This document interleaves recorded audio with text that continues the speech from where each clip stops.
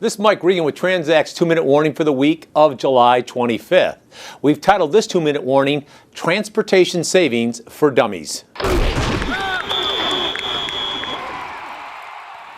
If you watch these 2-minute warnings for any length of time, then you'll know that one of the things we're really passionate about is helping your company reduce your transportation costs. Now that's why we've talked about this on a lot of 2-minute warnings, and that's why we've also produced a lot of resources that are available for you if you'll simply go to transact.com.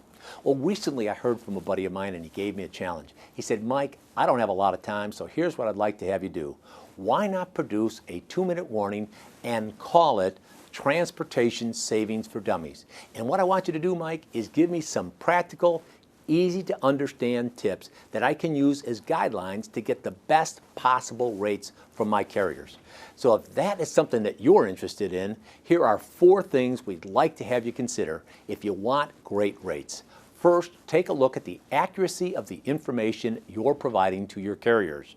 Now, we've done billions of dollars of bids on behalf of shippers, and one of the most common complaints that we have gotten from carriers is that shippers are not providing them with accurate information on their bids. For example, the shipper thinks they're shipping Class 85 product when in fact the carriers are picking up Class 100. So accuracy of information is really important. The second thing we want you to do is take a look at your payment cycle or payment terms with the carriers. If you're paying your freight bills within a 30 to 40 day period, that's acceptable. But if your finance department has gotten involved and says we want to take our carriers out over 50 days or 60 days or even 75 days, you're going to get higher rates because the carriers are just as good as your finance people are at determining their cost of capital.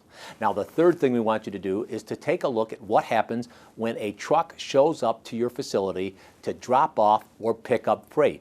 Recently, I was reading a report in a magazine, and 80% of the carriers commented on excessive detention time. In fact, they were talking about how a lot of shippers are holding their trucks at their facilities for 3 hours or more. So if you're doing that, guess what?